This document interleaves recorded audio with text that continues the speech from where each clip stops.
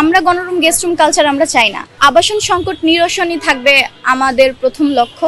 খাবারের অনেক সমস্যা আছে, এটা আমরা প্রত্যেকটা হলেই দেখতে পারি। আমার হলের খাবারের সমস্যা সংকটের জন্য আমি কাজ করব। যখন আমাদের হল কমিটি প্রকাশ হয়, ছাত্রদল যখন হল কমিটি প্রকাশ করে, তখন একটি মবের সৃষ্টি হয়েছিল এবং মনোনয়ন যখন আমরা নিলাম, আমরা প্যানেল ঘোষণা করেছি। সব মিলিয়ে একটু আশঙ্কাজনক পরিস্থিতি ছিল, কিন্তু এখন আপাতত এই সমস্যাগুলো নেই, কারণ আমরা বোঝাতে সক্ষম হয়েছি যে আপনারা যে ভয়গুলো পাচ্ছেন গণরুম গেস্ট রুম আমাদের মধ্যে আমরা ছাত্রদল ফিরিয়ে আনার চেষ্টা করছি, এগুলো আসলে কিছুই না। আমরা ছাত্রদলই প্রথম লিখিতভাবে বলেছি ভিসি স্যারের কাছে যেন প্রত্যেকটা ছাত্র সংগঠন দিয়ে থাকে গণরুম গেস্ট রুম কালচার কোনো ছাত্র সংগঠনের কাছ থেকে আর ফিরে আসবে না, এটা যেন আমরা লিখিতভাবে প্রত্যেকটা ছাত্র সংগঠন অঙ্গীকারবদ্ধ হই।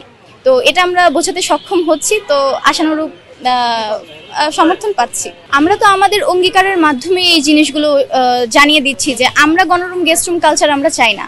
আমরাই এই প্রতিবাদগুলো করেছি, ছাত্রলীগ যখন ছিল আমরাই তো প্রতিবাদ করেছি, আমরাই তো মুভমেন্টে গিয়েছি যেন ছাত্রলীগের মতো এইরকম অপসংস্কৃতি আর ফিরে না আসে। তাহলে আমরা ছাত্রদল কেন এই অপসংস্কৃতি ফিরিয়ে আনবো?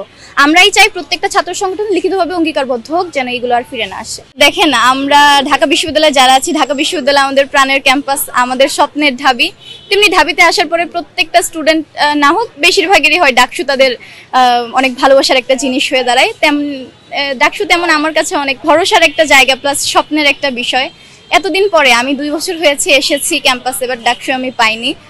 ছাত্রলীগ ছিল তখন, এখন 5 আগস্টের পরে পরিবেশটা নর্মাল হয়েছে, ডাকসু হওয়ার মতো একটা সিচুয়েশন ক্রিয়েট হয়েছে। তো এতদিন পরে ডাকসু হচ্ছে, আমিও ক্যান্ডিডেট হয়েছি। আমি যেহেতু হল সংসদে আছি, হল নিয়ে আমার কাজ থাকবে। তো হলের বিভিন্ন সমস্যা আছে, আমরা মেয়েরা বিভিন্ন সমস্যার সম্মুখীন হই। যেমন ধরেন আমাদের ছেলেদের মতো আমাদের আবাসন কিন্তু আমাদের ব্যবস্থা নেই। তো আবাসন সংকট নিরসনই থাকবে আমাদের প্রথম লক্ষ্য। 1 বছরে পসিবল না হলেও এটার স্টেপটা আমরা নিয়ে যাব যেন জুনিয়ররা আমাদের মনে রাখতে পারে যে আপুরা কাজ করে গিয়েছিল। খাবারের অনেক সমস্যা আছে, এটা আমরা প্রত্যেকটা হলেই দেখতে পারি। আমার হলের খাবারের সমস্যা সংকটের জন্য আমি কাজ করব। জিমনেশিয়াম, লাইব্রেরি, অনেক কিছুতেই মেয়েদের সমস্যা, স্যানিটেশন বলেন।